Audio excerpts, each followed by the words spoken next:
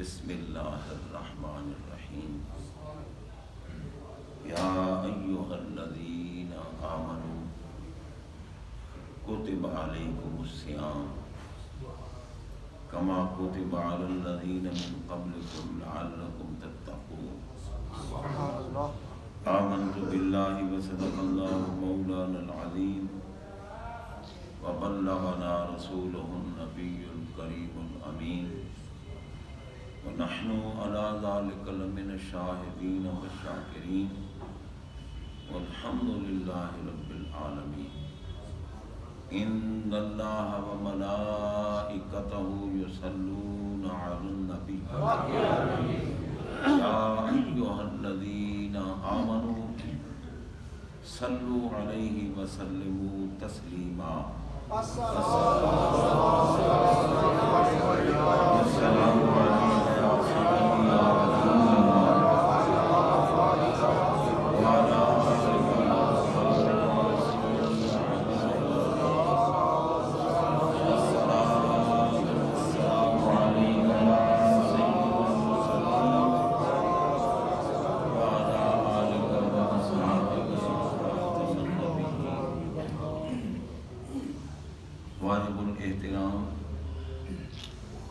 معززین سامعین و حاضرین حضرات،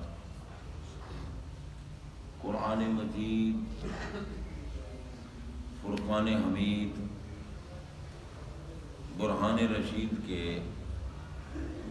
دوسرا پارہ میں سے سورہ بقرہ کی ایک آیت کریمہ کی تلاوت کا شرف حاصل ہے۔ سبحان اللہ۔ ان کلمات طیبات میں رب العالمین جل شانہ نے روزے کی فرضیت کا ذکر فرمایا۔ سبحان اللہ۔ یا ایھا الذین آمنوا، اے ایمان والو، کتب علیکم الصیام، تم پر روزے یا روزہ رکھنا فرض کیا گیا ہے۔ کما کتب علی الذین من قبلکم، جس طرح کہ تم سے اگلوں پر روزے فرض کیے گئے ہیں، لعلکم تتقون، تاکہ تم پرہیزگار ہو۔ روزہ ایک مشقت والی عبادت ہے، کیونکہ جتنا وقت شریعت کی طرف سے روزے کے لیے مقرر ہے، صبح صادق سے لے کر غروب آفتاب تک، کچھ لوگ بیچارے ستارے چمکنے کی انتظار میں رہتے ہیں، یہ یہودیوں کا کام ہے۔ مومنوں کے لیے اللہ تعالی نے حکم دیا ہے اتموا الصیام الی اللیل، لیل یعنی رات تک روزے کو مکمل کرو۔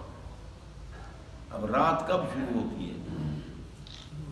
جب سورج کا آخری کنارہ غائب ہو جائے۔ اب سورج کا آخری کنارہ غائب ہونے کے بعد کوئی بھی صاحب عقل نہیں کہے گا کہ دن ہے، رات ہو گئی نا۔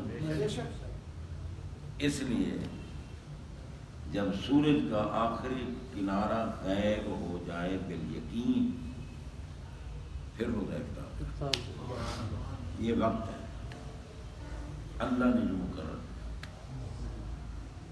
کچھ لوگ تو وہ ہیں جو ابھی کنارہ تھوڑا بہت ہوتا ہے اور وہ شروع کر دیتے ہیں، وہ بھی روزوں کو خراب کرتے ہیں۔ جن جو روزوں کو خراب کرتے ہیں وہ عذاب ان کے ساتھ۔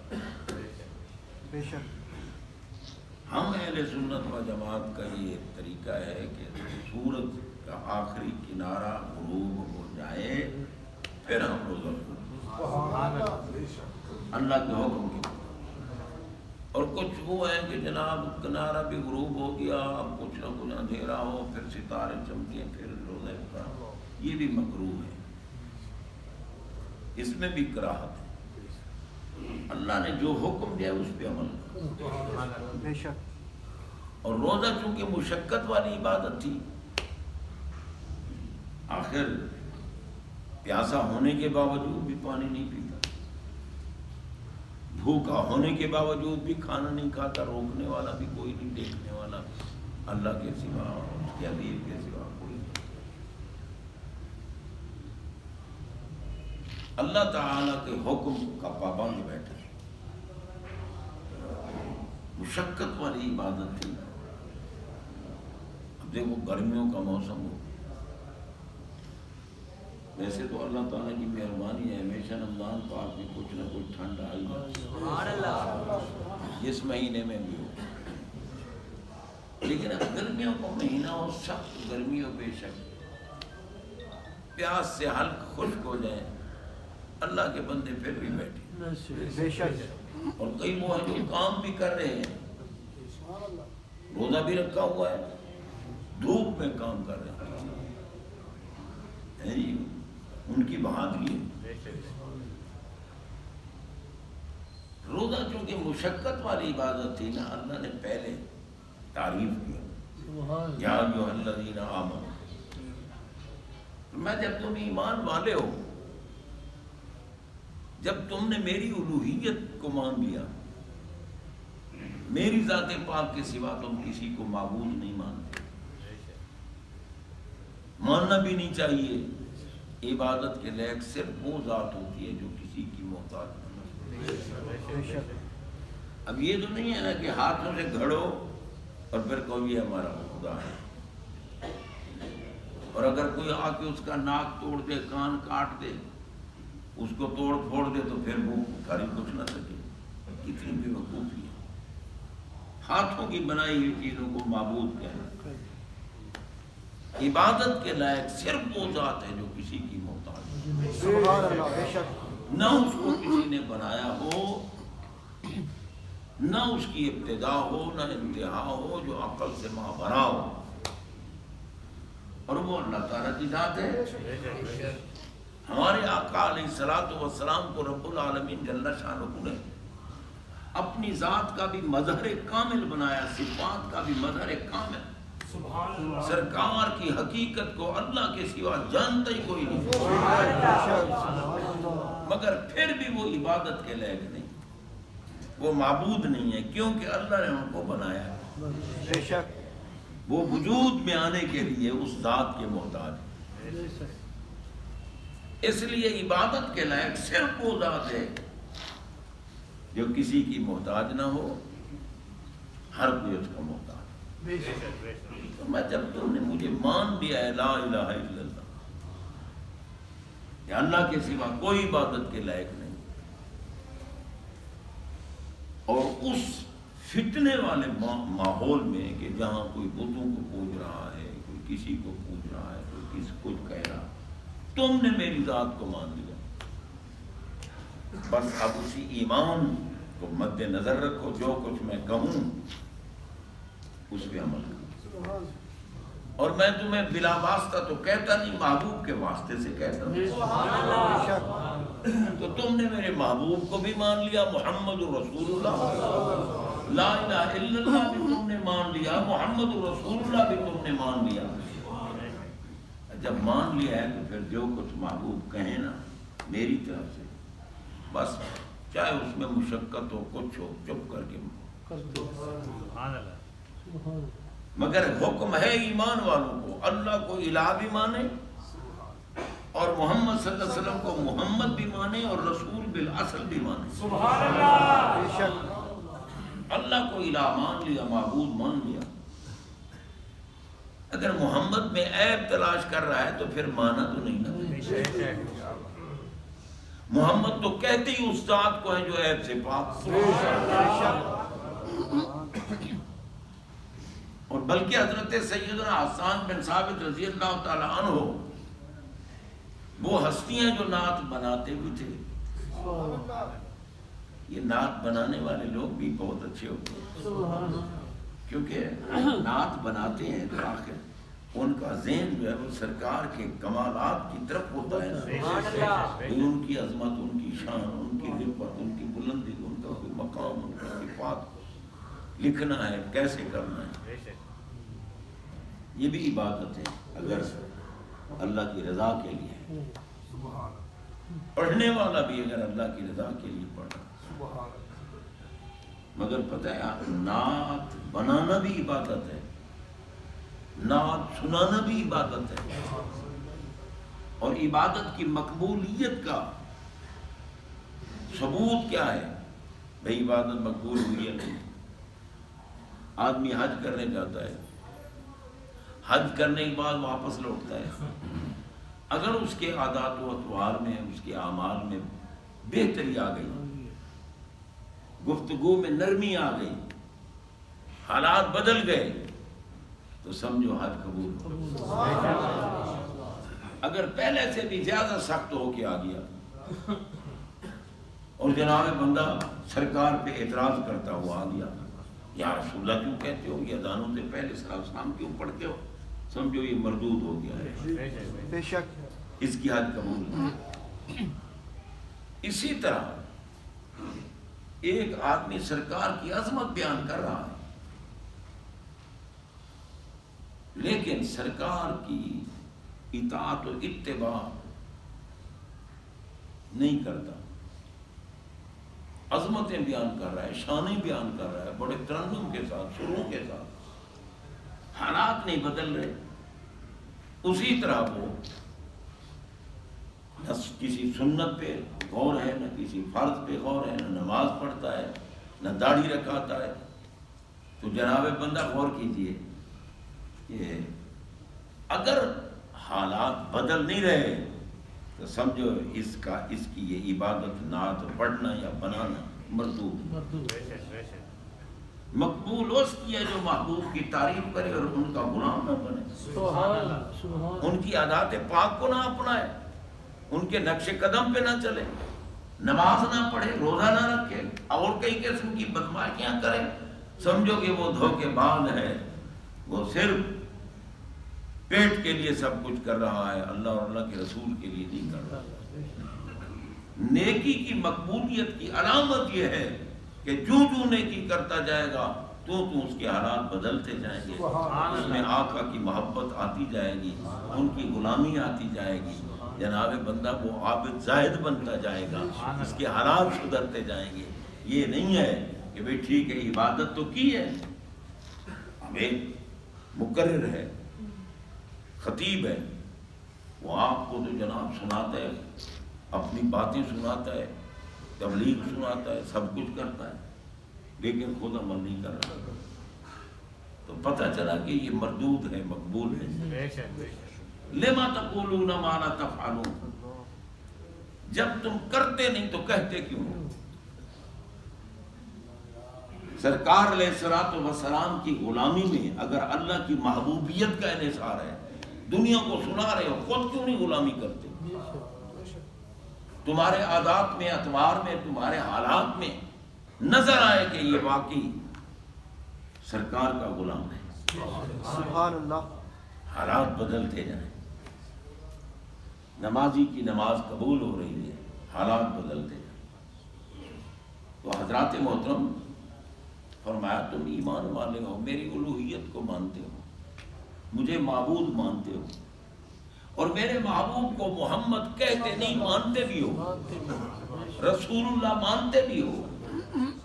جب مان دیا ہے تو اب تمہیں پرواہ کیا ہے کہ تمہارا معبود اپنے محبوب کے وسیلے سے تمہیں حکم دے رہا ہے کہ روزہ رکھو.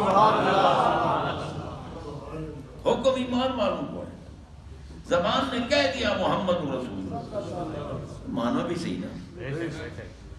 حضرت سیدنا حسان بن ثابت رضی اللہ تعالی عنہ سرکار کے درباری نعت خواں، نعت بناتے بھی تھے، نعت سناتے بھی تھے، دیدار بھی کرتے تھے، اور داد بھی لیتے تھے، اور دعا بھی لیتے تھے.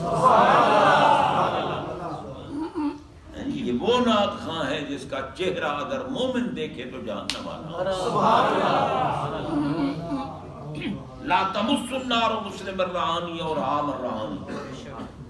فرمایا جس مومن نے میرا دیدار کیا یا میرا دیدار کرنے والے کا دیدار کیا، جہنم چھو ہی نہیں سکتا. اب مر جائے وہ ملا جو کہتے ہیں نبی کیا دیتا ہے، ولی کیا دیتا ہے، پاگلو جہنم حرام ہو جاتی ہے اور کیا دے۔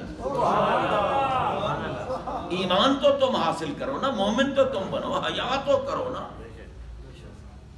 پھر کہو جی کیا دیتے ہیں کیا دیتے ہیں، معاذ اللہ ثم معاذ اللہ، ان سے مانگنا شرک ہے، اور مانگنا شرک ہوتا تو رب فرماتا وَأَمَّا السَّائِلَ فَلَا تَنْهَرْ، محبوب جو بھی منگتا تمہارے دروازے پہ آئے، دروازہ میرے آقا کا پوری کائنات، ایک دروازہ نہیں ہے۔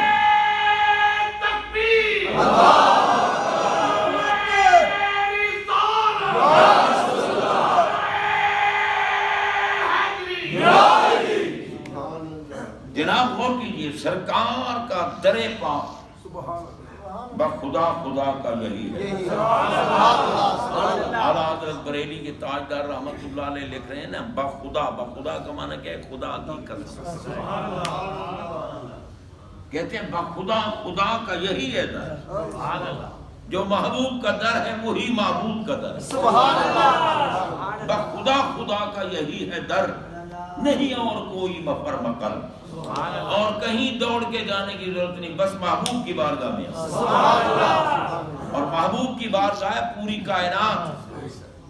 ہم یہاں بیٹھے ہیں محبوب کی بارگاہ میں بیٹھے، ان کے وسیلے سے حکم ملا روزہ رکھ لیا، ان کے وسیلے سے حکم ملا نماز پڑھ لی، بخدا خدا کا یہی ہے در، نہیں اور کوئی مفر مکر، جو وہاں سے ہو یہیں آ کے، بے شک جو وہاں سے ہو یہیں آ کے ہو، جو یہاں نہیں تو وہاں نہیں۔ بے شک رب نے بتایا نا کہ وَاسْتَغْفَرَ لَهُمُ الرَّسُولُ، سبحان اللہ، اور محبوب وسیلہ ہے تمہارا، محبوب اگر کہیں گے کہ ان کو بخش دے تو بخشوں گا، سبحان اللہ، قرآن کی بات ہے بھائی، من گھڑت بات ہے۔ وَاسْتَغْفَرَ لَهُمُ الرَّسُولُ، یہ خود بھی مجھ سے معافی مانگیں، مگر میرے محبوب کو بھول نہ جانا، صرف تمہارا معافی مانگنا فائدہ نہیں دے گا، اس وقت فائدہ دے گا جب محبوب کہیں گے کہ ان کو سبحان اللہ، یعنی فاستغفر اللہ واستغفر لهم الرسول، وہ رسول ہیں نا بالاصل، وہ مجھ سے لیتے ہیں تم میں بانٹتے ہیں، سبحان اللہ، نبیوں میں نبوت وہی بانٹتے ہیں، رسولوں میں رسالت وہی بانٹتے ہیں، سبحان اللہ، ہر صاحب کمال میں کمال وہی بانٹتے ہیں، ہر صاحب نعمت میں نعمت وہی بانٹتے ہیں۔ انما انا قاسم واللہ یؤتی، فرمایا پکی بات یہ ہے کہ میں تقسیم کرنے والا ہوں اور اللہ عطا کرتا۔ ہم نے پوچھا آقا اللہ نے کیا عطا کیا ہے جو آپ تقسیم فرماتے ہیں؟ فرمایا کیا کی بات ہوتی تو مذکور نہ ہوتی کہ یہ بھی دیا یہ بھی دیا یہ بھی دیا یہ بھی دیا یہ بھی دیا، جہاں مفعول غیر مذکور ہو مفید عموم ہوتا ہے، یہاں مفعول غیر مذکور ہے۔ اب کیا ہے میرے فرمان سے تمہیں یہ نتیجہ نہیں مل رہا کہ جو کچھ اللہ نے نعمت بنائی ہے، کمال بنایا ہے، سب کچھ مجھے عطا فرمایا ہے۔ آنا قاسم، جملہ اسمیہ ہے، مبتدا خبر ہے، میں بانٹنے والا ہوں۔ سرکار کب سے بانٹنے والے ہو، کب تک بانٹو گے؟ فرمایا جملہ اسمیہ تمہیں نہیں بتا رہا کہ جو دوام و استمرار پہ دلالت کرتا ہے، ہمیشہ سے میں بانٹنے والا ہوں اور ہمیشہ میں بانٹنے والا ہوں۔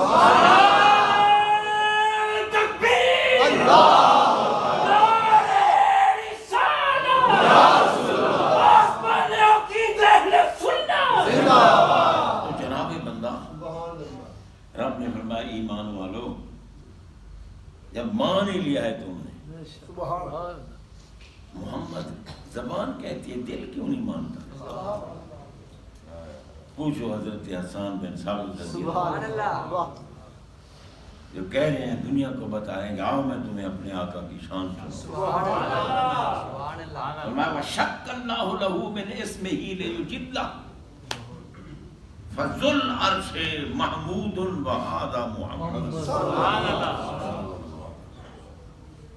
کہتے ہیں کہ اللہ تعالی جل شانہ نے اپنے اسم پاک سے محبوب کا اسم گرامی مشتق کیا، نکالا، بنایا.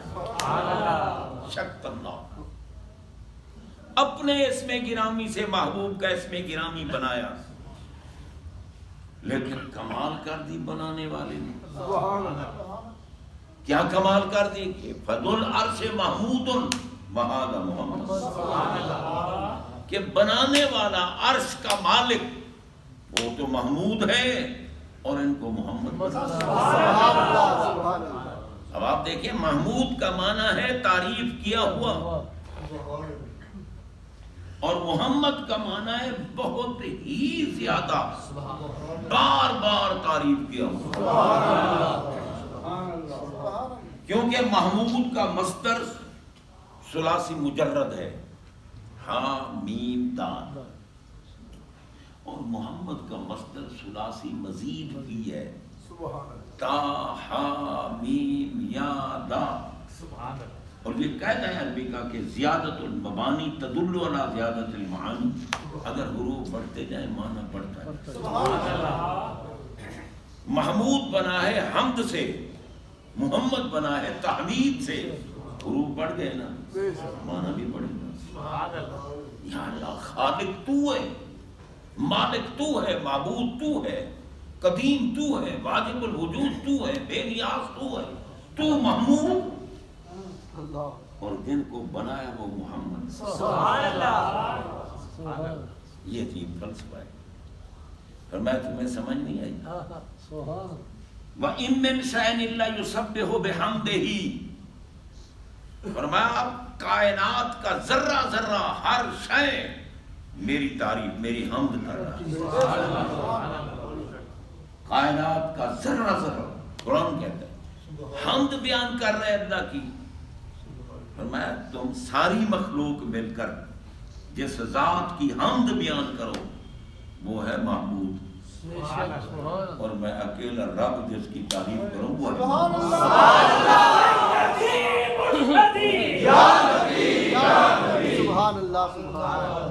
جناب بندہ، آقا کی شان کتنی بلند و بالا. محمد بھی مان لیا، رسول اللہ بھی مان لیا کہ بھئی ان کے وسیلے کے بغیر اللہ کچھ نہیں دیتا.